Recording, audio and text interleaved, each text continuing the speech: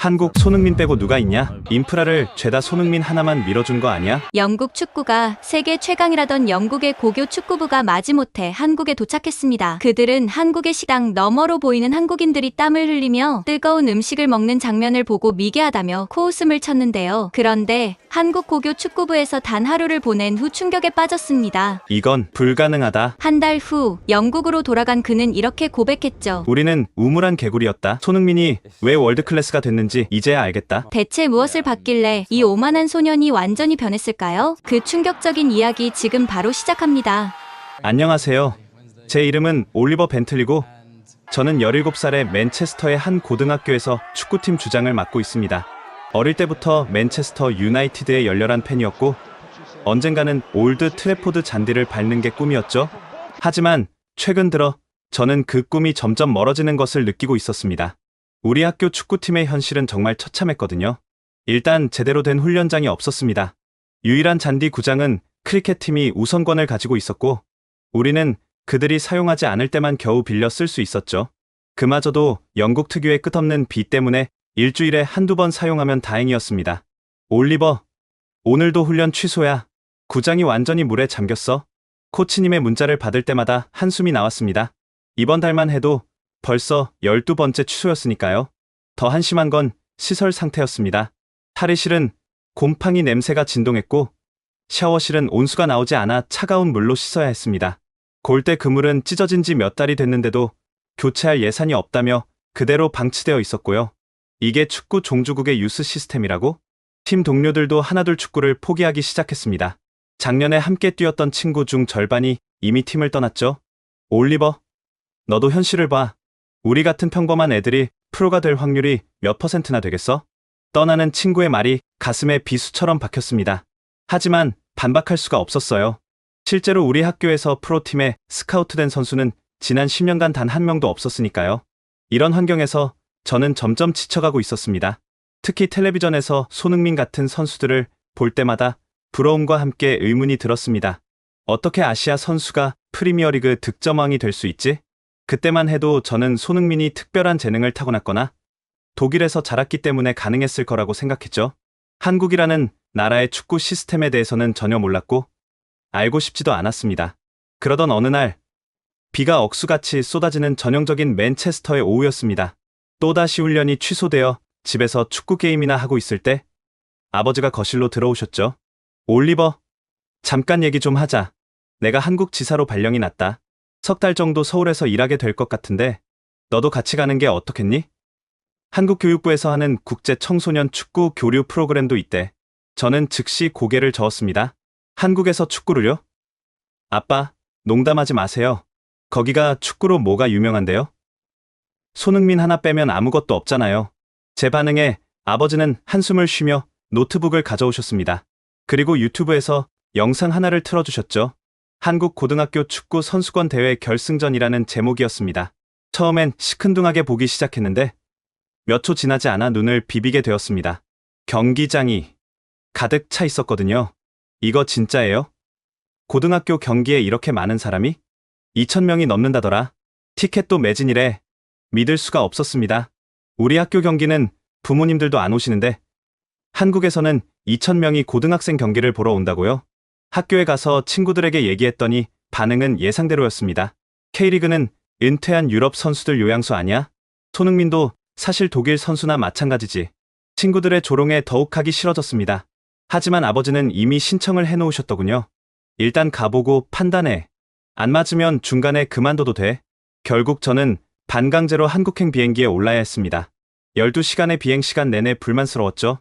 뭐, 한 달만 버티면 되겠지. 어차피 별거 없을 테니까. 그때까지만 해도 저는 제 인생이 곧 180도 바뀔 거라는 걸 전혀 예상하지 못했습니다. 축구 종주국의 자부심을 가진 제가 곧 완전히 다른 시각을 갖게 될 줄은 꿈에도 몰랐죠. 비행기가 이륙하고 나서도 저는 여전히 투덜거렸습니다. 옆자리의 아버지는 이미 노트북을 펴고 업무를 보고 계셨죠. 올리버, 너무 부정적으로만 생각하지 마. 새로운 경험이 될 거야. 아빠는 일 때문에 가시는 거잖아요. 전 왜 따라가야 하는데요? 기내식이 나왔을 때도 불평이 터져 나왔습니다. 한국식 비빔밥이었는데 처음 보는 음식이라 손도 대지 않았죠. 이런 걸 어떻게 먹어요? 승무원이 친절하게 먹는 방법을 설명해줬지만 저는 그냥 빵만 조금 먹었습니다. 비행 시간이 길어지면서 지루함이 밀려왔습니다. 기내 엔터테인먼트 시스템을 뒤적이다가 스포츠 채널을 발견했죠. 마침 아시아 축구 관련 다큐멘터리가 있었습니다. 한국 축구의 기적이라는 제목이었어요. 심심해서 틀어봤는데 2002년 월드컵 4강. 그게 뭐가 대단해? 하지만 계속 보다 보니 조금씩 흥미가 생기기 시작했습니다. 특히 유럽 진출 한국 선수들의 인터뷰가 인상적이었죠. 한국에서의 훈련이 유럽에서 버티는 힘이 됐어요. 라고 한 선수가 말했습니다. 훈련이 얼마나 대단하길래? 호기심이 생기기 시작했습니다. 하지만 여전히 인정하고 싶지는 않았죠. 다큐멘터리가 끝나고 나서 아버지가 물으셨습니다. 어때? 조금은 기대가 되니? 글쎄요. 그냥 과장된 거 아니에요? 직접 보고 판단해봐. 편견을 버리면 더 많은 걸 볼 수 있을 거야. 창밖을 보니 구름 위로 해가 떠오르고 있었습니다. 한국 시간으로는 아침이었죠. 그래, 일단 가서 보자. 정말 별거 없으면 그때 가서 아빠한테 말하면 되지. 그렇게 마음을 조금 열기 시작했습니다. 완전히 받아들인 건 아니었지만 적어도 구경은 해보자는 마음이 들었어요. 기장 안내 방송이 나왔습니다. 곧 인천국제공항에 착륙합니다. 라는 영어 안내가 들렸죠. 순간 긴장이 되기 시작했습니다. 정말 낯선 나라, 낯선 문화 속으로 들어가는 거니까요. 괜찮아. 어차피 한 달이야. 금방 지나갈 거야. 스스로를 위로하며 안전벨트를 맸습니다. 비행기가 고도를 낮추기 시작했고 창밖으로 한국 땅이 보이기 시작했죠. 푸른 산과 빌딩들이 조화롭게 어우러진 모습이 신기했습니다. 영국과는 확실히 다른 풍경이었어요. 착륙 직전 아버지가 제 어깨를 두드리며 말씀하셨습니다. 올리버, 이번 경험이 너한테 좋은 기회가 될 거야. 열린 마음으로 받아들여봐. 네, 아빠. 비행기가 활주로에 닿는 순간 새로운 모험이 시작되는 것 같았습니다. 여전히 회의적이었지만 이상하게 가슴 한구석에서는 설렘도 느껴졌죠. 인천공항. 이제 정말 한국이었습니다. 12시간의 긴 비행 끝에 인천공항에 도착했을 때 저는 여전히 투덜거리고 있었습니다. 시차 때문에 머리도 아프고 무엇보다 낯선 환경이 불편했죠. 하지만 입국장을 나서는 순간부터 뭔가 이상한 걸 느끼기 시작했습니다. 우선 공항이 너무 깨끗하고 현대적이었어요. 맨체스터 공항은 낡고 어두웠는데 여기는 마치 미래 도시에 온 것 같았습니다. 그런데 더 놀라운 건 공항 곳곳에서 보이는 축구 관련 광고들이었죠. 저거 손흥민 아냐? 거대한 전광판에 손흥민이 스포츠 음료 광고를 하고 있었습니다. 그런데 그뿐만이 아니었어요. 조금 더 가니 이강인의 통신사 광고, 김민재의 자동차 광고까지 축구 선수들이 연예인처럼 광고 모델로 활동하고 있었던 겁니다. 영국에서는 축구 선수가 광고에 나오는 건 정말 톱스타들 뿐인데 여기서는 그게 일상인 것 같았어요. 수화물을 찾으러 가는 길에 더 충격적인 걸 발견했습니다. 공항 한쪽에 실내 축구 체험존이 있었거든요. 그것도 최신 기술을 이용한 시설이었죠. 리프팅 챌린지에 도전해보세요. 최고 기록 달성 시 선물 증정. 어린아이부터 어른까지 줄을 서서 기다리고 있었습니다. 공항에서 축구를 한다고요? 영국이었다면 상상도 못할 일이었죠. 호기심에 저도 줄을 섰습니다. 제 차례가 되어 공을 차보니 센서가 공의 궤적과 속도를 실시간으로 분석해서 보여주더군요.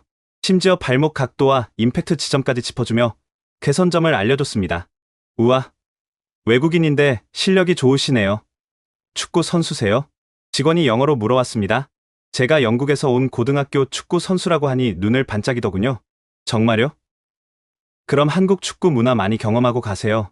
우리나라 축구 인프라는 정말 대단하거든요. 그 말에 속으로 코웃음을 쳤습니다. 뭐가 대단하다는 거야? 손흥민 하나 가지고 너무 오버하는 거 아니야? 하지만 공항을 나가는 길에 본 광경들이 조금씩 제 생각을 흔들기 시작했습니다. 공항버스를 기다리는 곳에도 축구공 모양의 벤치가 있었고 근처 편의점에는 축구 관련 상품들이 가득했습니다. 유니폼, 스카프, 축구화까지 마치 축구가 일상의 일부인 것처럼 자연스러웠죠.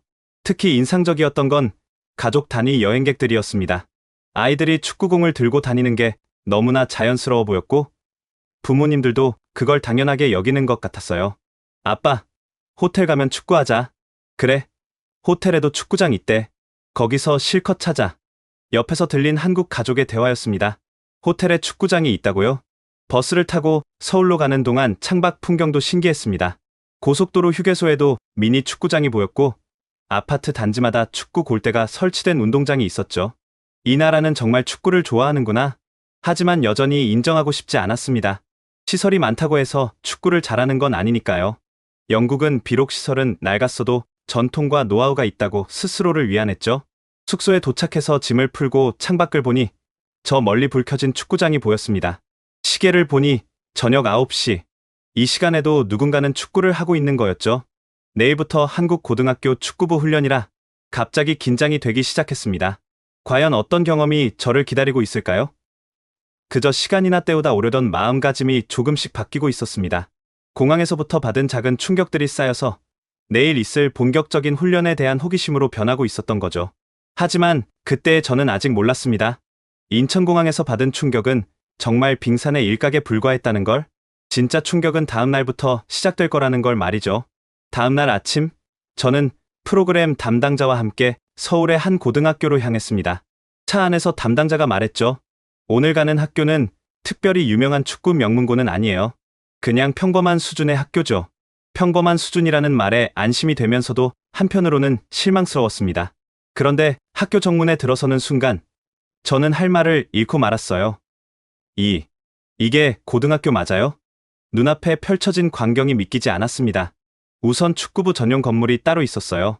4층짜리 현대식 건물이었는데 1층에는 라커룸과 샤워실, 2층에는 웨이트 트레이닝장과 재활치료실, 3층에는 전술 분석실과 회의실, 4층에는 선수들의 기숙사가 있었습니다. 잠깐, 고등학생들이 여기서 생활한다고요? 네. 축구부 학생들은 대부분 기숙사에서 지내요. 훈련과 학업을 병행하기 편하거든요. 건물 뒤편으로 가니 더 놀라운 광경이 기다리고 있었습니다. 천연잔디 구장 하나, 인조잔디 구장 2개가 나란히 있었어요. 그것도 모두 국제 규격에 맞춘 정식 크기였죠. 천연잔디는 주로 주말 경기 때 사용하고 평소 훈련은 인조잔디에서 해요. 날씨에 상관없이 훈련할 수 있거든요. 인조잔디 구장 한쪽에는 지붕이 있는 관중석까지 갖춰져 있었습니다. 전광판도 있었고요. 우리 학교는 관중석은커녕 제대로 된 벤치도 없는데 실내 훈련장도 보실래요? 실내 훈련장은 더 충격적이었습니다. 농구 코트 2개 크기의 실내 공간에 최신식 훈련 장비들이 가득했어요. 벽면에는 거대한 스크린이 설치되어 있었고 천장에는 카메라들이 촘촘히 달려 있었죠. 이 카메라들은 뭐예요? 선수들의 움직임을 실시간으로 분석하는 시스템이에요. 컴퓨터가 자세나 동작을 분석해서 개선점을 알려주죠. 순간 인천공항의 축구 체험존이 떠올랐습니다. 그런 최첨단 기술을 고등학교에서도 사용하고 있었던 거예요. 웨이트 트레이닝장으로 들어가니 또 한 번 놀랐습니다. 전문 체육관 수준의 최신 운동기구들이 즐비했어요. 각 선수별로 맞춤형 운동 프로그램이 있어요. 포지션별로 필요한 근육이 다르거든요. 한쪽 벽면에는 선수들의 신체 데이터가 그래프로 표시되어 있었습니다. 근력, 지구력, 순발력, 유연성 등 모든 항목이 세세하게 기록되어 있었죠. 재활치료실도 마찬가지였습니다. 각종 물리치료 기구들과 함께 전문 트레이너가 상주하고 있었어요. 부상은 선수 생명과 직결되니까요. 작은 부상도 초기에 잡아야 해요. 우리 학교는 부상당하면 그냥 집에서 쉬다가 오는 게 전부인데 이어서 안내받은 곳은 전술 분석실이었습니다. 영화관처럼 계단식 좌석이 있었고 앞에는 거대한 스크린이 있었어요. 여기서 경기 영상을 보면서 전술 훈련을 해요. 드론으로 촬영한 영상으로 전체적인 움직임을 분석하죠. 책상마다 태블릿 PC가 놓여 있었습니다. 선수들이 개인적으로 영상을 분석할 수 있도록 한 거였죠. 선수들이 직접 분석을 해요? 당연하죠. 현대 축구는 머리로 하는 거니까요. 전술 이해도가 없으면 아무리 기술이 좋아도 소용없어요. 식당으로 가는 길에 복도 벽면을 보니 역대 졸업생들의 사진이 걸려 있었습니다. K리그, J리그, 심지어 유럽리그로 진출한 선수들도 여럿 보였어요. 이 학교 출신이 이렇게 많아요? 이 정도는 평범한 편이에요. 진짜 명문고들은 훨씬 많죠. 평범하다는 말이 계속 충격으로 다가왔습니다. 이게 평범하다면 명문고들은 대체 어느 정도란 말인가요? 선수 전용 식당도 인상적이었습니다. 일반 학생 식당과 분리되어 있었고 영양사가 직접 식단을 관리하고 있었어요. 포지션별로 필요한 영양소가 달라요. 공격수는 순발력을 위한 단백질 위주, 미드필더는 지구력을 위한 탄수화물 위주로 식단을 짜죠. 식당 한쪽 벽에는 대형 모니터가 있었는데 오늘의 메뉴와 함께 각 음식의 영양 성분이 표시되어 있었습니다. 기숙사도 둘러봤는데 2인 1실로 깔끔하게 정리되어 있었어요. 각 방마다 책상과 컴퓨터가 있어서 공부도 할 수 있게 되어 있었죠. 학업도 중요하니까요. 프로가 되지 못하더라도 다른 길이 있어야 하잖아요. 그 말이 특히 와닿았습니다. 영국에서는 축구만 하다가 실패하면 갈 곳이 없는데 여기서는 플랜 B도 준비하고 있었던 거예요. 마지막으로 안내받은 곳은 물리치료실 옆에 작은 방이었습니다. 문을 열자 향긋한 차 냄새가 났어요. 여기는 뭐 하는 곳이에요? 멘탈 케어룸이에요. 심리 상담사가 일주일에 2번 와서 선수들 상담을 해요. 운동선수도 정신건강이 중요하거든요. 고등학생 선수들에게 심리 상담까지 정말 모든 걸 갖춘 시스템이었습니다. 견학을 마치고 밖으로 나왔을 때 저는 완전히 압도된 상태였습니다. 이건 고등학교가 아니라 프로팀 수준이었어요. 아니, 어떤 면에서는 그 이상이었죠. 이런 시설을 유지하는데 돈이 엄청 들겠네요. 교육청이랑 축구협회에서 지원해주고 일부는 후원금으로 충당해요. 청소년 축구는 미래에 대한 투자니까요. 미래에 대한 투자라. 영국은 전통만 강조하면서 정작 미래는 준비하지 않고 있었던 게 아닐까요? 훈련장으로 돌아오니 오후 훈련을 준비하는 학생들이 보였습니다. 그들의 훈련복과 장비도 프로팀 못지않았어요. 내일부터 저 학생들과 함께 훈련하실 거예요. 준비되셨나요? 솔직히 무서웠습니다. 이런 환경에서 잘한 선수들과 경쟁할 수 있을까요? 하지만 동시에 기대도 되었어요. 이런 시설에서 훈련한다면 저도 더 나은 선수가 될 수 있지 않을까요? 손흥민도 이런 환경에서 자랐겠구나. 이제야 조금씩 이해가 되기 시작했습니다. 이런 시스템이라면 월드클래스 선수가 나오는 게 이상한 일이 아니었어요. 오히려 더 많이 나오지 않는 게 신기할 정도였죠. 내일의 훈련이 두렵기도 기대되기도 했습니다. 과연 저는 이 수준에 맞춰갈 수 있을까요? 다음날 새벽 5시 30분 알람 소리에 눈을 떴습니다. 영국에서는 상상도 못할 시간이었죠. 보통 오전 10시쯤 학교에 가서 느긋하게 훈련을 시작했으니까요. 이렇게 일찍부터 훈련을 왜 하는 거야? 투덜거리며 훈련복을 입고 나왔는데 이미 한국 학생들은 운동장에 모여 있었습니다. 다들 생기 넘치는 표정이었어요. 안녕하세요. 영국에서 오신 분이죠? 저는 주장 태안이라고 해요. 태안이라는 학생이 악수를 청했습니다. 영어도 꽤 잘했어요. 같이 열심히 해봐요. 우리 훈련 강도가 좀 세긴 한데 금방 적응할 거예요. 좀 세다니 불안한 예감이 들기 시작했습니다. 6시 정각 훈련이 시작됐습니다. 먼저 운동장을 10바퀴 도는 것부터였어요. 그런데 속도가 장난이 아니었습니다. 저는 5바퀴째에 이미 숨이 턱까지 차올랐는데 한국 학생들은 여전히 일정한 속도를 유지하고 있었죠. 기초 체력이 가장 중요해요. 90분을 뛰려면 이 정도는 기본이죠. 옆에서 같이 뛰던 학생이 숨도 차지 않은 듯 말했습니다. 겨우 러닝을 끝내고 나니 이번엔 기본기 훈련이 기다리고 있었습니다. 패스, 트래핑, 리프팅. 단순한 동작들이었지만 요구하는 정확도가 장난이 아니었어요. 패스할 때 공의 어느 부분을 차는지, 발의 어느 부분으로 차는지가 중요해요. 100번 중 100번 모두 똑같이 찰 수 있어야 해요. 코치님의 설명을 들으며 공을 찼는데 제 패스는 매번 조금씩 달랐습니다. 반면 한국 학생들의 패스는 기계처럼 정확했어요. 하나, 둘, 셋, 넷 다 같이 구령을 붙이며 패스 연습을 하는데 어느새 100개가 넘어가고 있었습니다. 팔이 아프고 다리가 떨렸지만 아무도 멈추지 않았어요. 200개 채우고 쉬어요. 200개라니 영국에서는 패스 연습을 20개만 해도 지루하다고 투덜댔는데 30분간의 기본기 훈련이 끝나고 나니 온몸이 땀으로 젖어 있었습니다. 그런데 이게 끝이 아니었어요. 이제 전술 훈련 들어갑니다. 11대 11 실전 훈련이 시작됐는데 여기서 또 한 번 충격을 받았습니다. 학생들의 움직임이 너무나 조직적이었거든요. 2번 압박, 3번 커버, 번호만 외치는데도 모두가 일사불란하게 움직였습니다. 공을 가진 선수를 압박하는 각도, 동료를 커버하는 위치, 모든 게 계산된 움직임이었어요. 저는 계속 헤맸습니다. 어디로 움직여야 할지, 언제 압박해야 할지 전혀 감이 안 왔거든요. 올리버, 공이 저기 있을 때는 이쪽으로 와야 해요. 우리가 포3-3를 할 때 윙어의 수비 위치는 태안이가 친절하게 설명해줬지만 머리로는 이해가 되는데 몸이 따라주지 않았습니다. 휴식 시간에 물을 마시며 한국 학생들을 관찰했습니다. 다들 진지한 표정으로 코치님의 설명을 듣고 있었어요. 메모하는 학생도 있었고 서로 토론하는 모습도 보였죠. 영국에서는 훈련이 어때요? 한 학생이 물어왔습니다. 응. 그냥 미니게임 위주로 해요. 재미있게 하는 게 중요하다고 생각하거든요. 재미도 중요하지만 기본기가 없으면 재미도 없지 않아요? 실력이 늘어야 진짜 재미를 느낄 수 있죠. 그 말이 뭔가 와닿았습니다. 우리는 그저 공 차는 것 자체를 즐기려고만 했지. 실력 향상에는 별로 관심이 없었던 것 같아요. 훈련 후반부에는 슈팅 연습이 있었습니다. 그런데 여기서도 접근 방식이 완전히 달랐어요. 같은 위치에서 50개씩 차요. 그중 35개 이상 골인시켜야 다음 위치로 넘어가요. 단순 반복이 아니라 목표가 있는 훈련이었습니다. 게다가 모든 슈팅이 녹화되고 있었어요. 나중에 영상 보면서 자세 교정해요. 발목 각도가 조금만 틀어져도 공의 궤적이 완전히 달라지거든요. 세밀한 부분까지 신경 쓴다니 우리는 그냥 3개 차면 들어가겠지 정도였는데 2시간의 훈련이 끝났을 때 저는 완전히 녹초가 되어 있었습니다. 그런데 한국 학생들은 아직도 팔팔했어요. 이제 아침 먹고 학교 수업 들어야죠. 오후에 또 봐요. 잠깐, 이 강도 높은 훈련을 하고도 수업을 듣는다고요? 샤워를 하면서 생각했습니다. 단 하루만 경험했는데도 영국과의 차이를 확실히 느낄 수 있었어요.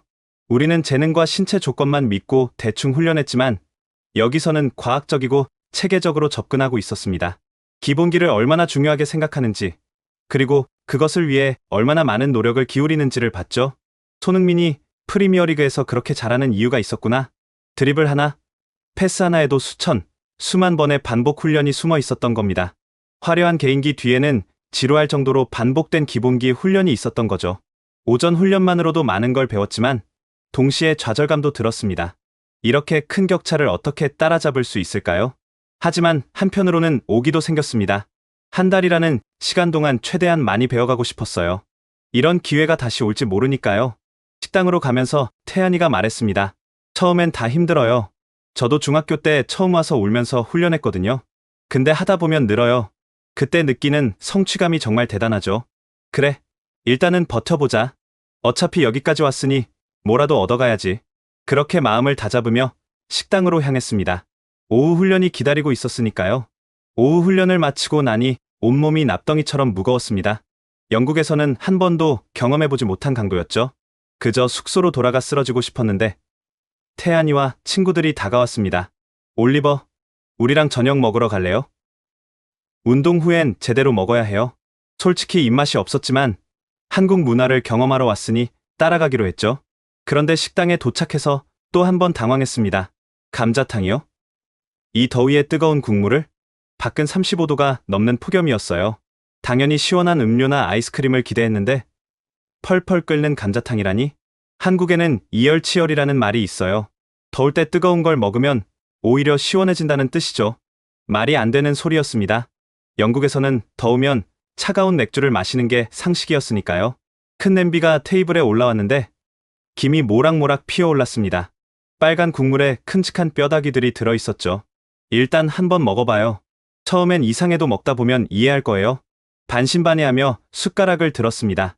뜨거운 국물이 입안으로 들어오자 첫 느낌은 정말 뜨거웠어요. 이마에서 땀이 주르륵 흘러내렸죠. 그런데 이상한 일이 일어났습니다. 계속 먹다 보니 몸이 가벼워지는 느낌이 들었어요. 처음엔 더 덥게 느껴졌는데 어느 순간부터는 오히려 시원한 기분마저 들었습니다. 어때요? 좀 나아지죠? 정말 그런 것 같은데요? 태안이가 설명을 시작했습니다. 운동하면서 땀으로 나트륨이랑 미네랄이 빠져나가요. 감자탕은 그걸 보충해주는데 최고죠. 돼지뼈에서 나온 칼슘이랑 콜라겐은 관절에도 좋고요. 과학적인 설명을 들으니 납득이 갔습니다. 단순히 전통이 아니라 이유가 있었던 거예요. 그리고 매운맛이 신진대사를 활발하게 해서 피로 회복에도 도움이 돼요. 실제로 매콤한 국물을 먹으니 온몸의 혈액순환이 활발해지는 느낌이었습니다.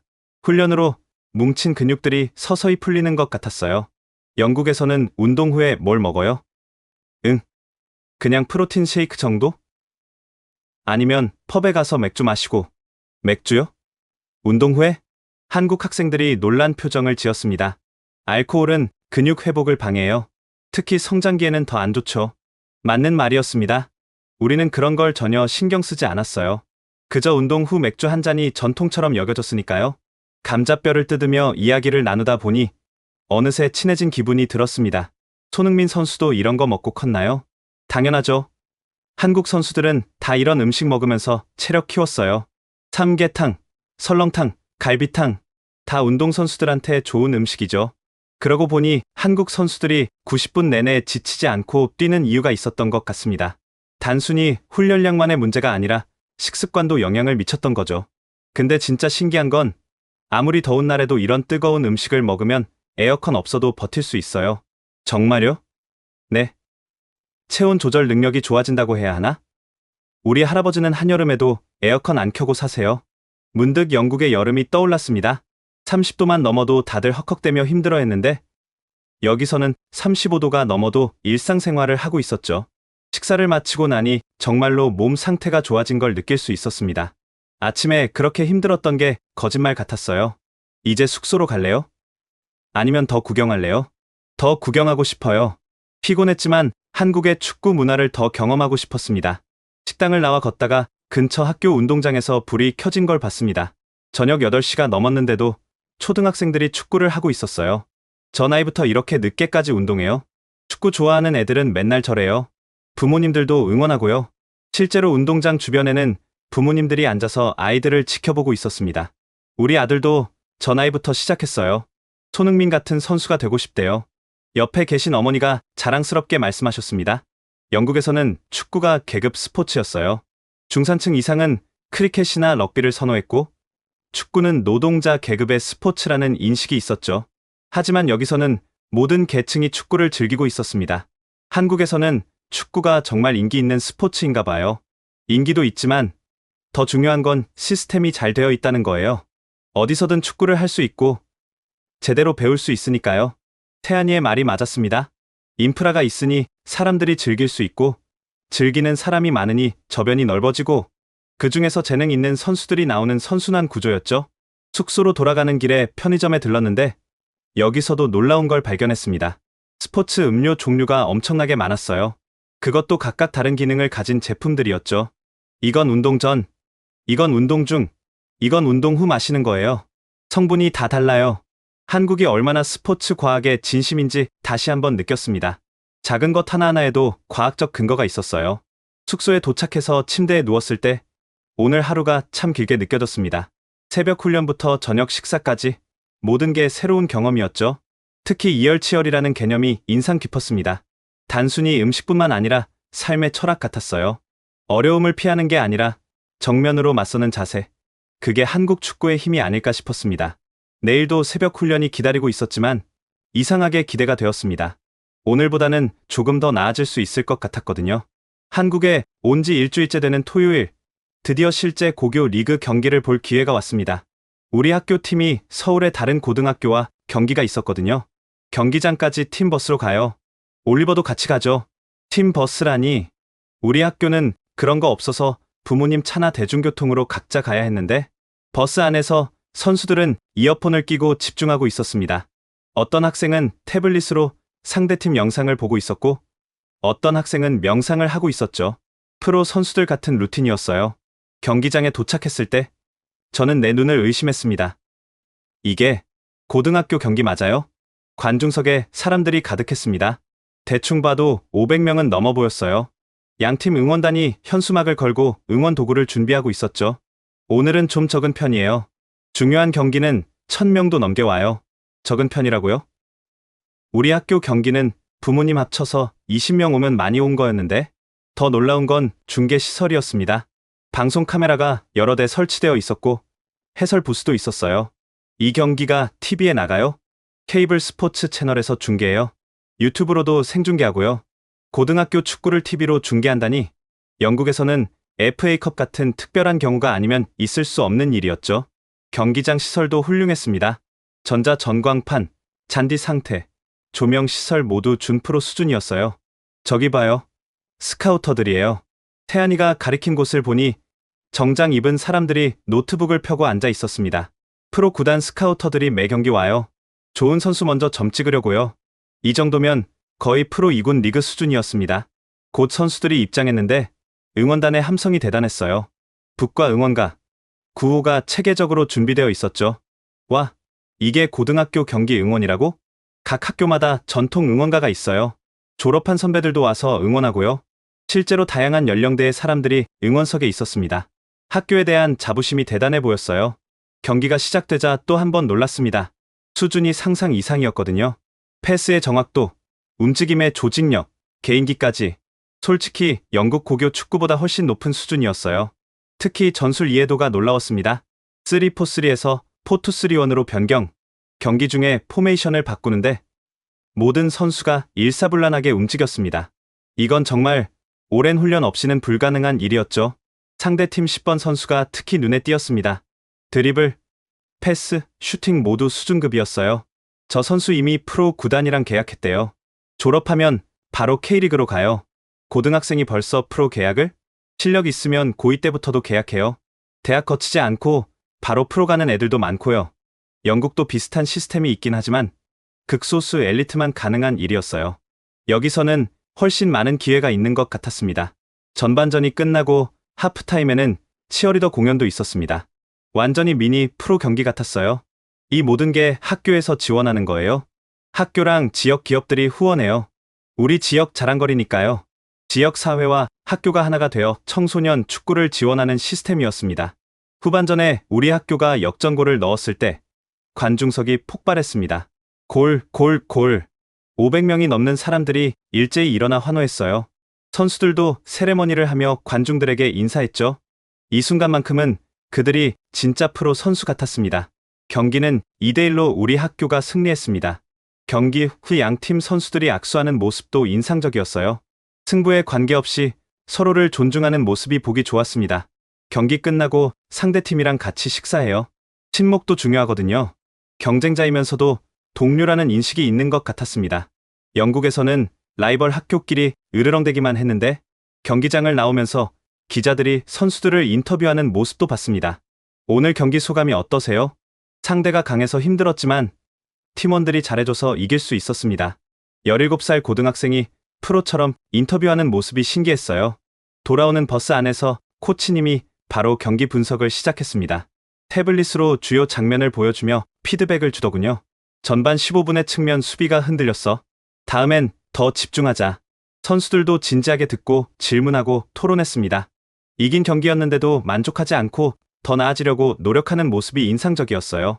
영국에서는 경기 끝나면 그냥 축하하거나 위로하고 끝인데 그것도 중요하지만 바로 피드백해야 기억이 생생할 때 고칠 수 있어요. 학교로 돌아와서는 모든 선수가 아이스 베스에 들어갔습니다. 근육 피로 회복을 위한 거였죠. 매 경기 후에 이렇게 해요? 당연하죠. 회복도 훈련의 일부예요. 정말 모든 게 체계적이었습니다. 경기 준비부터 경기 후 관리까지 프로팀 못지않은 시스템이었어요. 저녁에는 약속대로 상대 팀과 합동 식사가 있었습니다. 큰 식당에 양팀 선수들이 섞여 앉았는데 분위기가 화기애애했어요. 아까 내 스루 패스 진짜 좋더라. 어떻게 그렇게 정확하게 찔러?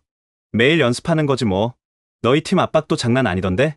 경기장에서는 적이었지만 지금은 친구처럼 대화하고 있었습니다. 상대팀 감독님도 우리 선수들을 칭찬하셨어요. 너희가 후반에 전술 바꾼 거 정말 좋았어. 우리가 당황했잖아. 이런 분위기라면 선수들이 성장할 수밖에 없겠다는 생각이 들었습니다. 경쟁하면서도 서로 배우고 이기고 져도 상대를 존중하는 문화. 식사 후에는 다음 주 경기 영상을 보는 시간이 있었습니다. 토요일 저녁인데도 선수들은 집중해서 봤어요. 다음 주 상대는 전국 랭킹 3위야. 특히 공격진이 빨라서 조심해야 해. 영국에서는 주말에 축구 생각은 하기도 싫었는데 여기 선수들은 축구가 삶의 일부인 것 같았습니다. 태연이에게 물었습니다. 힘들지 않아요? 공부도 하고 이렇게 축구도 하고 힘들죠. 근데 목표가 있으니까요. 손흥민 선배처럼 되고 싶어요. 정말 가능하다고 생각해요? 왜 안 되겠어요? 손흥민 선배도 우리 같은 시스템에서 자랐는데 노력하면 가능하다고 믿어요. 그 자신감이 부러웠습니다. 시스템이 뒷받침되니 꿈을 꿀 수 있는 거였죠. 숙소로 돌아오면서 오늘 본 것들을 정리해봤습니다. 고등학교 축구가 단순한 과외 활동이 아니라 제대로 된 스포츠로 대접받고 있었어요. TV 중계, 스카우터, 관중, 스폰서, 모든 게 갖춰져 있었죠. 무엇보다 선수들의 태도가 프로페셔널했습니다. 17살, 18살 나이에 이미 프로 선수의 마인드를 가지고 있었어요. 이런 환경이라면 나도. 순간 그런 생각이 들었습니다. 만약 내가 이런 시스템에서 자랐다면 어땠을까? 지금보다 훨씬 나은 선수가 되어 있지 않았을까? 하지만 후회해도 소용없었습니다. 중요한 건 지금부터라도 배우는 거였죠. 남은 3주 동안 최대한 많이 보고 배워서 영국에 돌아가야겠다고 다짐했습니다. 일요일 새벽 4시, 태안이가 조용히 방문을 두드렸습니다. 올리버, 일어났어? 특별한 거 보여줄게. 졸린 눈을 비비며 일어났습니다. 대체 이 시간에 뭘 보여준다는 거지? 일요일 새벽에 뭘 해요? 따라와봐. 진짜 한국 축구 문화를 보여줄게. 반신반의하며 따라 나섰습니다. 새벽 공기는 선선했지만 습도는 여전히 높았어요. 15분쯤 걸어서 도착한 곳은 동네 인조잔디 구장이었습니다. 그런데 놀랍게도 불이 환하게 켜져 있었어요. 새벽 4시에 불을 켜놓고 말을 끝내기도 전에 더 놀라운 광경을 목격했습니다. 구장에 사람들이 가득했거든요. 그것도 대부분 50대, 60대로 보이는 아저씨들이었죠. 조기 축구회예요. 매일 새벽에 모여서 축구해요. 매일이요? 주말도? 주말은 더 일찍 와요. 4시에 시작하는 팀도 있거든요.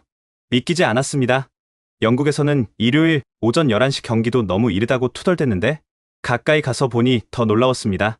다들 제대로 된 유니폼을 맞춰 입고 있었고 준비 운동도 체계적으로 하고 있었어요. 저분들 다 일반인이에요? 네. 의사, 변호사, 회사원, 자영업자, 직업은 다양해요. 공통점은 축구를 미치도록 사랑한다는 거죠. 경기가 시작되자 또 한 번 충격을 받았습니다. 와, 저 아저씨 드리블 좀 보세요. 머리가 반쯤 벗겨진 아저씨가 20대 못지않은 민첩함으로 수비수들을 제치고 있었어요. 저 아저씨는 대학 때 선수했대요. 40년째 매일 나온다고 하더라고요. 40년째 매일. 그 꾸준함이 대단했습니다. 더 놀라운 건 전술적인 움직임이었어요. 나이가 있어서 체력은 달려도 공간 활용과 패스 플레이는 수준급이었죠. 오프사이드. 라인 봐. 백패스하지 말고 전진해. 서로 소리치며 지시하는 모습도 진지했습니다. 그냥 레크리에이션이 아니라 진짜 경기를 하는 것 같았어요. 한 아저씨가 멋진 중거리 슛을 성공시켰을 때 모두가 환호했습니다. 역시 박 사장님이야. 월드컵 나가셔야 해요. 화기애애한 분위기였지만 플레이만큼은 진지했습니다. 영국에도 일요일 리그가 있긴 한데 이 정도는 아니에요. 태안이가 설명을 이어갔습니다. 한국 남자들한테 축구는 DNA 같은 거예요. 어릴 때부터 공 차고 자라거든요. 은퇴해서도 계속해요. 실제로 구장 옆에는 더 나이 많은 어르신들이 앉아서 구경하고 있었습니다. 저는 무릎이 안 좋아서 이제 못 뛰어요. 대신 구경하는 재미로 와요. 한 할아버지가 말씀하셨습니다. 70이 넘으셨는데도 새벽에 나와서 축구를 구경하시는 거였어요. 경기 중간에 한 아저씨가 쓰러졌습니다. 다들 놀라서 달려갔는데 괜찮아요. 그냥 발목 좀 삐었어요. 에이, 나이 먹어서 무리하시면 어떡해요? 뭔 소리야? 아직 60도 안 됐는데. 웃으며 주고받는 대화에서 이들이 얼마나 축구를 사랑하는지 느낄 수 있었습니다. 휴식 시간에 아저씨들이 저를 발견했습니다. 외국인이네? 축구하러 온 거야? 태안이가 제 소개를 하자 다들 관심을 보였어요. 영국에서 왔어? 그럼 축구 잘하겠네. 아, 그냥 고등학교 선수예요. 에이, 겸손하긴. 같이 한 게임 하자. 거절할 수가 없어서 경기에 참여했습니다. 그런데, 어라? 이 친구 생각보다 못하네? 5분 만에 완전히 압도당했습니다. 체력은 제가 나았지만 볼 컨트롤과 위치 선정에서 완전히 밀렸어요. 영국 친구 당황했구나. 우리 무시하면 안 돼. 특히 한 아저씨의 패스에는 감탄할 수밖에 없었습니다. 제가 움직일 곳을 미리 예측하고 정확하게 공을 찔러주더군요. 아저씨, 진짜 선수셨어요? 아냐, 그냥 동네 축구만 50년 했어. 50년. 그 세월이 만든 실력이었습니다. 경기가 끝나고 다들 근처 해장국집으로 향했습니다. 운동 후엔 해장국이지. 새벽 6시에 해장국집이 열려 있다는 것도 신기했어요. 매일 오시는 거예요? 365일 중에 360일은 와요. 명절에만 쉬고. 식당 사장님도 이미 다 알고 계셨습니다.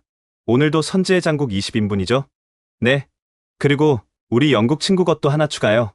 해장국을 먹으며 아저씨들의 이야기를 들었습니다. 우리 세대는 공부만 하느라 제대로 축구 못 배웠어. 그래서 더 열심히 하는 거야. 우리 아들도 축구하는데? 나보다 못해. 요즘 애들은 핸드폰만 하니까. 그래도 시설은 좋아졌잖아. 우리 때는 흙바닥에서 했는데. 이야기를 들으며 한국 축구의 역사를 조금이나마 이해할 수 있었습니다. 이분들이 있었기에 지금의 인프라가 만들어진 거였죠. 식사를 마치고 나올 때 한 아저씨가 제게 말했습니다. 영국도 축구 강국이지만 열정은 우리가 안져. 축구는 기술도 중요하지만 사랑하는 마음이 더 중요해. 그 말이 가슴에 와닿았습니다. 숙소로 돌아오는 길에 태안이가 말했습니다. 이제 알겠어? 한국에서 축구는 그냥 스포츠가 아니야. 문화고 삶이야. 정말 그랬습니다. 새벽 4시에 일어나서 축구하고 50년을 하루도 빠지지 않고 나오는 사람들. 이런 열정이 바탕에 있으니 손흥민 같은 선수가 나올 수 있었던 거죠. 영국으로 돌아가면 뭐부터 바꿔야 할지 조금씩 보이기 시작했습니다. 시설도 중요하지만 더 중요한 건 축구를 대하는 태도와 문화인 것 같았어요. 훈련을 마친 어느 저녁 태안이와 팀 동료들이 제게 제안했습니다. 올리버, 오늘 우리랑 치킨 먹으러 갈래? 치킨이요? 한국 스타일 치킨. 운동 후엔 이게 최고야. 30분 후 우리는 학교 근처 치킨집에 모였습니다. 평일 저녁인데도 사람들로 북적였어요. 여기가 우리 팀 아지트야. 사장님이 우리 학교 출신이거든. 어서 와. 우리 축구부 에이스들. 사장님이 반갑게 맞아주셨습니다. 벽에는 역대 축구부 선수들 사진이 가득했더군요. 저 형은 지금 K리그에서 뛰어. 저 형은 일본 진출했고. 자랑스럽게 설명하는 태안이의 모습에서 선후배 간의 끈끈한 정이 느껴졌습니다. 곧 테이블에 치킨이 올라왔습니다. 바삭한 프라이드와 매콤한 양념치킨이었죠. 한국에서는 치킨이 그냥 음식이 아니야. 문화야, 문화. 처음엔 그 말이 과장인 줄 알았는데 먹어보니 이해가 됐습니다. 영국의 피시앤칩스와는 차원이 달랐어요. 와, 이거 정말 맛있는데요? 그치? 운동하고 먹는 치킨은 특히 더 맛있어. 콜라와 사이다도 시켰는데 시원한 탄산음료가 치킨과 완벽하게 어울렸습니다. 영국에서는 운동 후에 뭐 먹어? 응, 그냥 프로틴 바 정도? 가끔 피시앤칩스 사 먹고 그것만? 운동했는데 제대로 안 먹으면 어떡해? 한국 친구들이 놀란 표정을 지었습니다. 이야기를 나누다 보니 한국의 회식 문화에 대해 알게 됐습니다. 단순히 먹는 게 아니라 팀워크를 다지는 시간이었죠. 선배님, 이번에 대학 입시 어떻게 됐어요? 체육특기자로 연세대 합격했어. 우와, 축하드려요. 다들 진심으로 축하해주는 모습이 보기 좋았습니다. 경쟁자이면서도 동료애가 느껴졌어요. 3학년 주장이 일어나서 건배사를 했습니다. 콜라를 들고요. 우리 모두 각자의 길에서 최고가 되자. 프로든 대학이든 어디서든 축구 사랑은 계속이다. 위하여. 영국에서는 이런 분위기를 느껴본 적이 없었습니다. 다들 개인주의적이었고 팀 회식 같은 것도 거의 없었거든요. 치킨을 먹으며 선배들의 조언도 들을 수 있었습니다. 올리버, 영국 축구는 어때? 응. 전통은 있는데 시스템은 한국이 더 나은 것 같아요. 그래도 프리미어리그가 있잖아. 우리도 거기서 뛰는 게 꿈이야. 순간 손흥민 이야기가 나왔습니다. 손흥민 선배 진짜 대단하지 않아? 프리미어리그 득점왕이라니? 우리도 할 수 있어. 시스템은 더 좋아졌잖아. 자신감이 대단했습니다. 단순한 꿈이 아니라 실현 가능한 목표로 여기고 있었어요.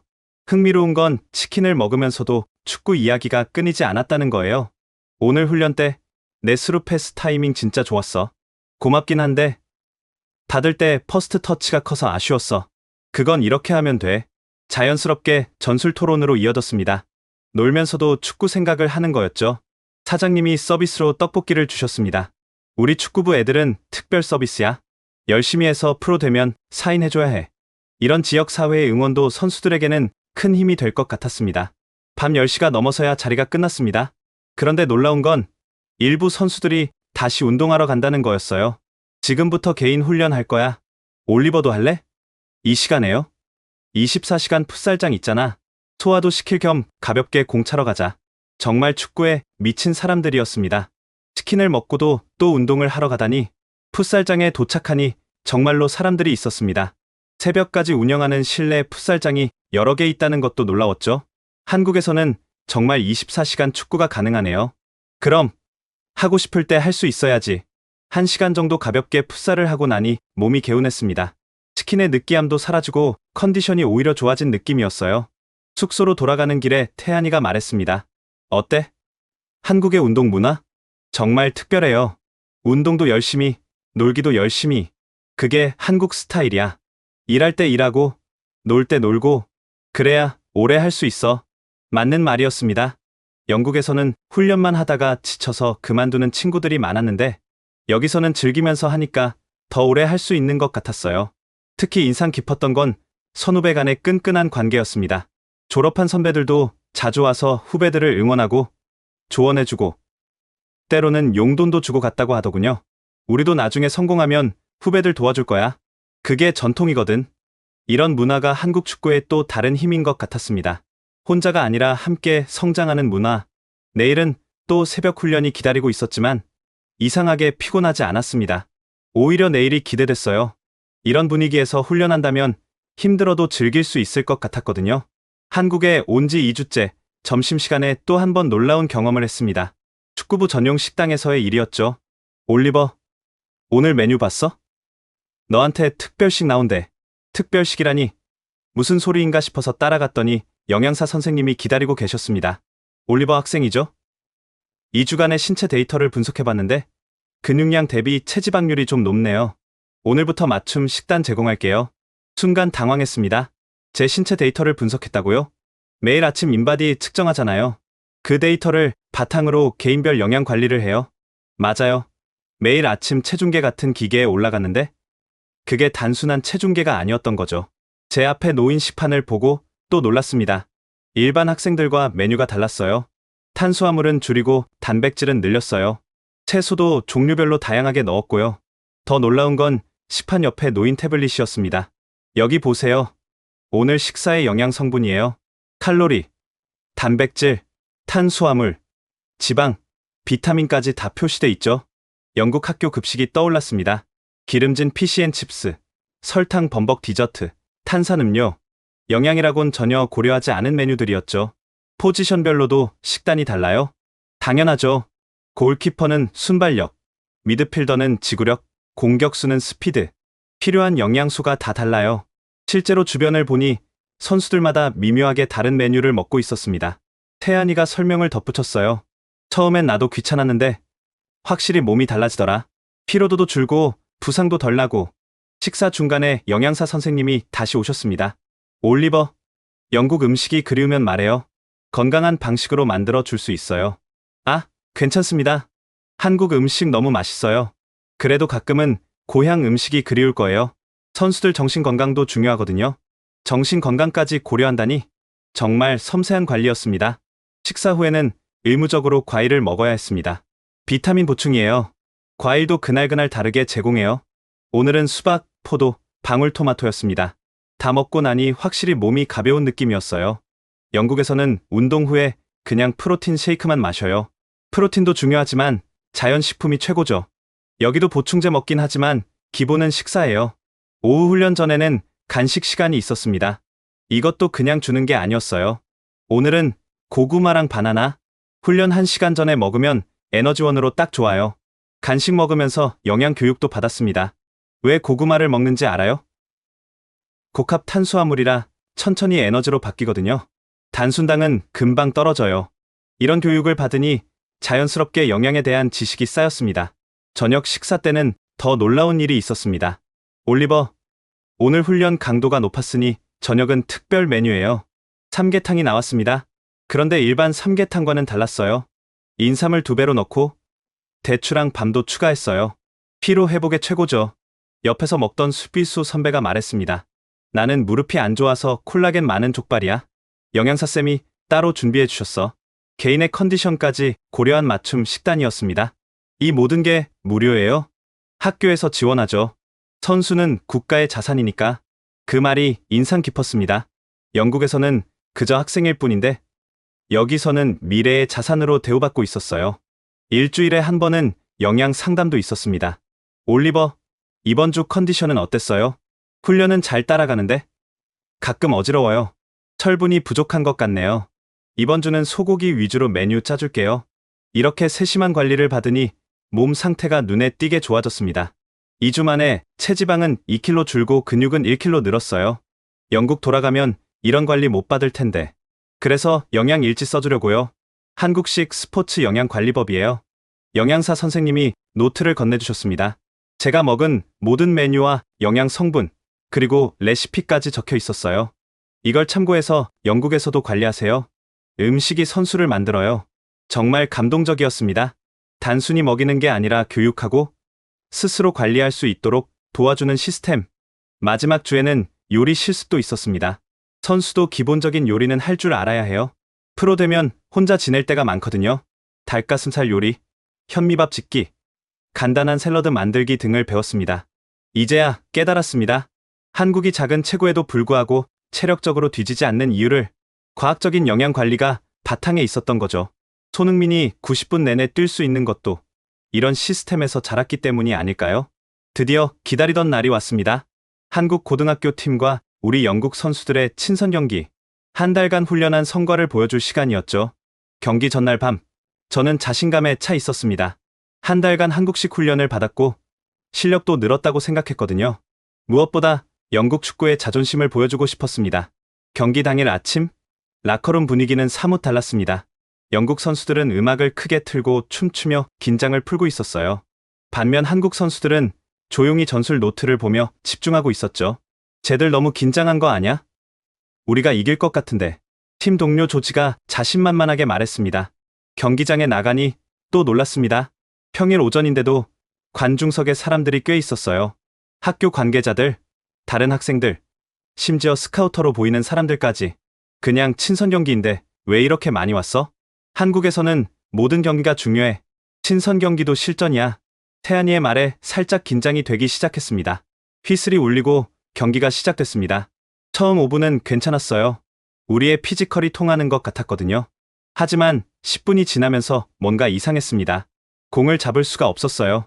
한국 선수들의 압박이 시작된 거였습니다. 2명, 3명이 순식간에 둘러싸서 공을 뺏어갔죠. 뭐야? 왜 이렇게 빨라? 우리가 패스하려고 하면 이미 그 길을 막고 있었습니다. 마치 우리 생각을 읽는 것 같았어요. 15분, 첫 번째 실점, 측면에서 올라온 크로스를 정확하게 헤딩으로 마무리했습니다. 우리 수비수들은 멍하니 서 있었죠. 집중해. 아직 시작이야. 주장이 소리쳤지만 이미 경기의 흐름은 완전히 한국 쪽으로 넘어갔습니다. 20분, 두 번째 실점, 중거리 슛이었는데 우리 골키퍼가 반응도 못했습니다. 어떻게 저렇게 정확해? 25분, 세 번째 실점, 역습 상황에서 단 3번의 패스로 골을 넣었습니다. 우리는 따라가지도 못했어요. 전반전이 끝날 때 스코어는 4대0. 라커룸으로 들어가는 우리 팀 분위기는 처참했습니다. 이게 말이 돼? 우리가 이렇게 약해?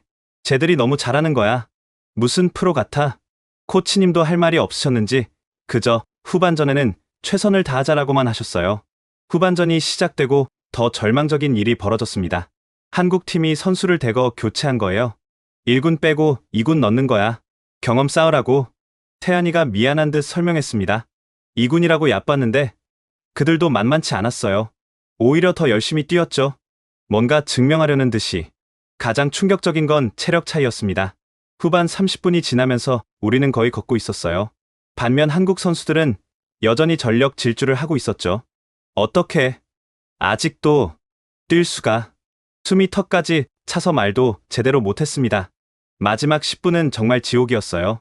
공은 계속 우리 진영에 있었고 우리는 그저 맞기에만 급급했죠. 최종 스코어 7대0. 휘슬이 울렸을 때 저는 그대로 잔디에 주저앉았습니다. 완패였어요. 압도적인 완패. 한국 선수들이 다가와서 악수를 청했습니다. 수고했어요. 첫 경기 치고는 잘했어요. 첫 경기 치고는? 그 말이 더 자존심 상했습니다. 우리를 완전히 아마추어로 본 거였어요. 하지만 부정할 수 없었습니다. 실력 차이가 너무 명확했으니까요. 샤워실에서 조지가 울먹였습니다. 내가 맨체스터에서는 에이스였는데 여기서는 아무것도 아니네. 다들 충격에 빠져 있었습니다. 영국 축구의 자존심? 그런 건 없었어요. 우리는 그저 우물 안개구리였던 거죠. 저녁 식사 때 태안이가 다가왔습니다. 올리버, 너무 실망하지 마. 우리도 처음엔 다 저랬어. 정말? 응. 나도 중학교 때 처음 와서 10대0으로 졌어. 울면서 집에 가고 싶었지. 그런데 어떻게 이렇게 잘하게 됐어? 태안이가 진지하게 대답했습니다. 포기하지 않고 계속했으니까. 그리고 시스템이 있잖아. 하루하루 훈련하다 보면 늘어. 그 순간 손흥민이 떠올랐습니다. 손흥민 선배도 이런 과정을 거쳤어요? 당연하지. 선배도 처음엔 많이 깨졌대. 근데 포기하지 않고 더 열심히 했대. 그래서 월드클래스가 된 거야. 경기 영상을 다시 보는 시간이 있었습니다. 창피했지만 꼭 봐야 했어요. 화면으로 보니 더 명확했습니다. 우리의 움직임은 개인적이었고 한국팀은 유기적이었어요. 우리는 공을 중심으로 움직였지만 그들은 공간을 중심으로 움직였죠. 기본기 차이도 커요. 패스 정확도, 트래핑, 모든 게 달라요. 코치님의 분석이 이어졌습니다. 무엇보다 경기를 읽는 능력이 달라요. 한국 선수들은 2, 3수 앞을 내다보고 움직여요. 맞는 말이었습니다. 우리는 그때그때 반응했지만 그들은 미리 예측하고 움직였어요. 밤에 혼자 운동장을 걸었습니다.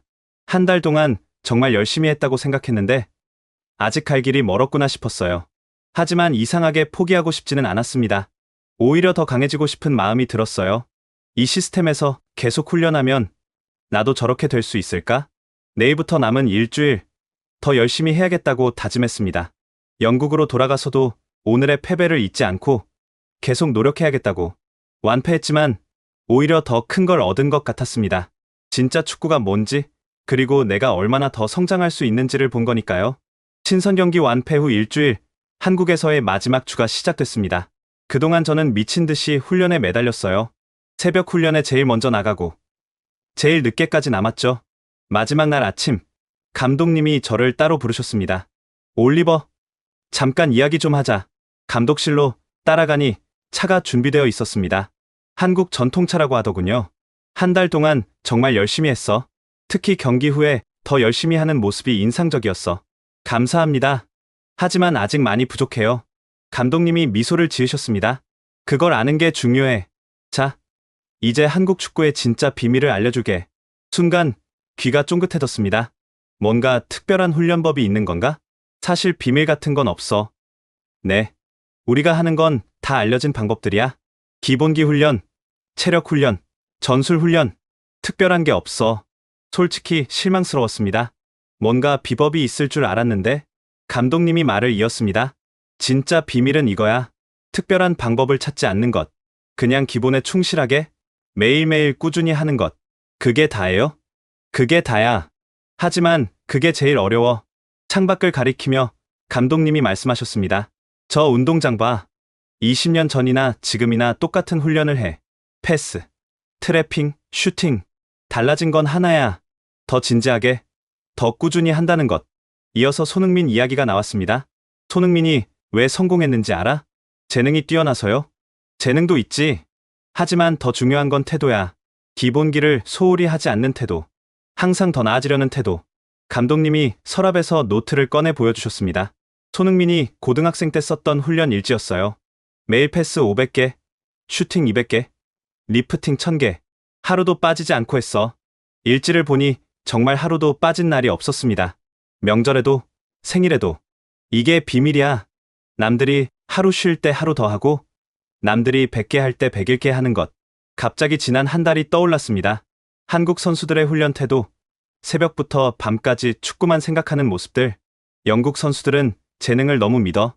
재능만으로 되는 건 없어. 재능에 노력을 더해야 진짜가 되는 거야. 맞는 말이었습니다. 우리는 늘 누가 더 재능 있는지만 따졌지. 누가 더 노력하는지는 보지 않았어요. 감독님이 마지막으로 이런 말씀을 하셨습니다. 축구는 정직해. 속일 수 없어. 훈련한 만큼 실력이 늘고 노력한 만큼 결과가 나와. 감독실을 나와서 운동장으로 갔습니다. 태안이와 다른 선수들이 벌써 훈련을 시작하고 있었어요. 올리버, 마지막 날인데 같이 기본기 훈련하자. 그래, 기본기. 모든 것의 시작이자 끝. 패스 훈련을 하면서 생각했습니다. 한 달 전에 나와 지금의 내가 얼마나 달라졌는지. 올리버, 패스가 정확해졌어. 정말? 응. 처음 왔을 때랑 완전 달라. 작은 변화지만 느낄 수 있었습니다. 공을 대하는 태도가 달라졌어요. 점심시간에 태안이가 선물을 줬습니다. 한국 국가대표 유니폼이었어요. 등번호 7번. 손흥민 번호야. 너도 이런 선수가 되라고. 고마워. 정말 고마워. 우리 연락하면서 지내자. 서로 어떻게 성장하는지 보면서. 오후에는 전체 회식이 있었습니다. 한 달 동안 정들었던 사람들과의 마지막 시간. 건배사에서 주장 선배가 말했습니다. 올리버가 우리한테 많은 걸 가르쳐줬어. 영국 축구의 자부심, 도전 정신. 우리도 배울 게 많았어. 저야말로 많이 배웠어요. 정말 감사합니다. 모두가 박수를 쳐줬습니다. 식사를 하면서 여러 이야기를 나눴어요. 영국 가서도 계속 훈련할 거지? 당연하죠. 매일 새벽에 일어날 거예요. 한국식 훈련법 전파해줘. 영국 축구도 더 발전할 수 있을 거야. 마지막으로 다 같이 단체 사진을 찍었습니다. 이 순간을 영원히 기억하고 싶었어요. 공항으로 가는 길, 태안이가 배웅을 나왔습니다. 올리버, 이거 줄게. 작은 노트였습니다. 펼쳐보니 한국식 훈련 프로그램이 세세하게 적혀 있었어요. 혼자서도 할 수 있도록 정리했어. 포기하지 마. 정말 뭐라고 감사를 표현해야 할지. 우리 친구잖아. 언젠가 프리미어리그에서 만나자. 그래, 꼭 만나자. 비행기에 오르면서 한 달을 되돌아봤습니다. 처음엔 무시하고 거부했던 한국 축구. 하지만 이제는 존경하고 배우고 싶은 대상이 되었어요. 무엇보다 축구를 대하는 태도가 완전히 바뀌었습니다. 재능 탓, 환경 탓만 하던 나에서 노력하고 도전하는 나로. 한국 축구의 비밀은 정말 단순했습니다. 기본에 충실하고 꾸준히 노력하고 끝까지 포기하지 않는 것. 하지만 그 단순한 진리를 실천하는 게 얼마나 어려운지도 배웠죠. 손흥민이 왜 세계적인 선수가 됐는지 이제 알 것 같았습니다. 특별한 비법이 아니라 평범한 것을 특별하게 만드는 노력이 있었던 거예요. 비행기가 이륙하면서 다짐했습니다. 영국으로 돌아가서도 이 마음을 잃지 않겠다고. 매일 조금씩이라도 나아지겠다고. 한국은 제게 축구 그 이상을 가르쳐줬습니다. 인생을 대하는 자세를 배운 거죠. 한국에서의 마지막 밤. 저는 잠이 오지 않았습니다. 내일이면 영국으로 돌아가야 한다는 사실이 믿기지 않았어요. 새벽 2시. 문득 밖으로 나가고 싶어졌습니다. 한국의 밤거리를 마지막으로 한 번 더 보고 싶었거든요. 놀랍게도 태안이가 로비에서 기다리고 있었습니다. 못 잘 줄 알았어. 나도 아쉬워서 못 자겠더라. 어떻게 알았어? 한 달 같이 지냈는데. 그 정도는 알지. 우리는 함께 밤거리로 나섰습니다. 새벽인데도 여전히 불빛이 반짝이는 서울의 모습이 인상적이었어요. 저기가 우리가 처음 감자탕 먹었던 곳이야. 맞아. 이열치열 처음 경험했던 곳. 추억이 하나둘 떠올랐습니다. 편의점에 들러 음료수를 하나씩 샀어요. 그리고 근처 공원 벤치에 앉았죠. 한 달이 정말 빨리 갔어. 그러게. 처음엔 영겁처럼 느껴질 줄 알았는데. 태안이가 진지하게 물었습니다. 영국 가서 뭐부터 할 거야? 일단 우리 팀 애들한테 여기서 배운 거 전하고 싶어. 훈련 방법도 바꾸고. 쉽지 않을 거야. 사람들은 변화를 싫어하거든. 알아. 하지만 해야 해. 나부터 변했으니까. 실제로 저는 완전히 다른 사람이 된 것 같았습니다. 축구를 보는 눈, 훈련하는 자세, 모든 게 달라졌어요. 너한테 고백할 게 있어.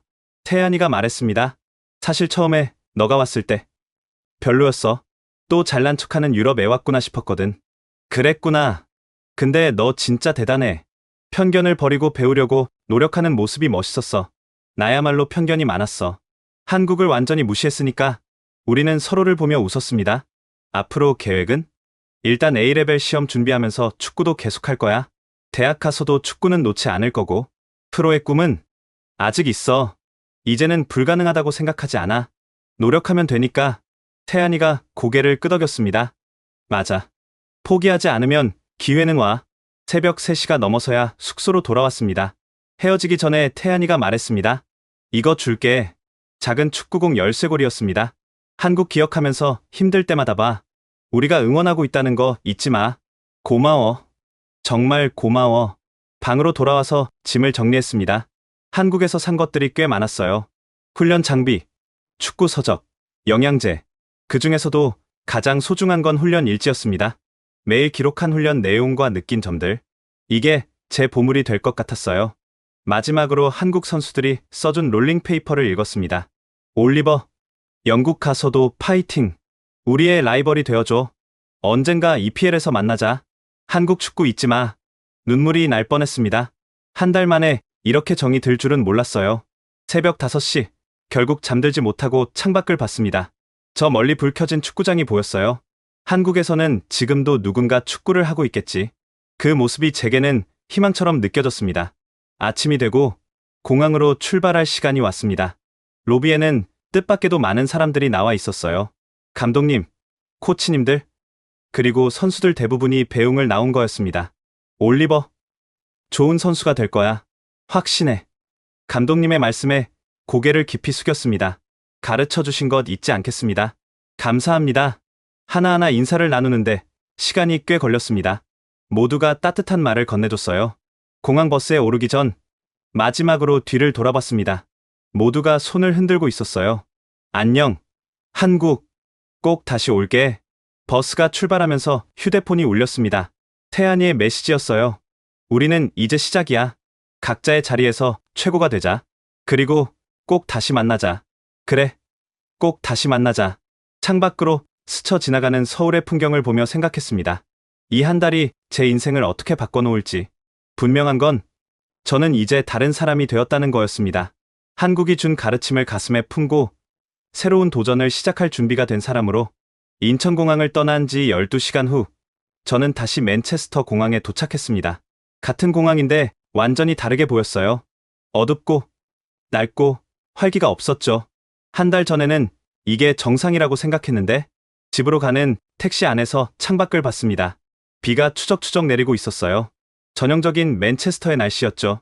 다음날 새벽 5시 알람이 울렸습니다. 한국에서의 습관대로 일어났어요. 영국에서도 할 수 있을까? 혼자 운동복을 입고 밖으로 나갔습니다. 역시나 거리는 텅 비어 있었어요. 가로등 불빛 아래서 혼자 러닝을 시작했죠. 30분 러닝 후 근처 학교 운동장으로 갔습니다. 문이 잠겨 있었어요. 맞다. 여긴 한국이 아니지. 하지만 포기하지 않았습니다. 공터를 찾아 혼자 리프팅을 시작했어요. 하나, 둘, 셋. 한국에서처럼 목표는 1000개.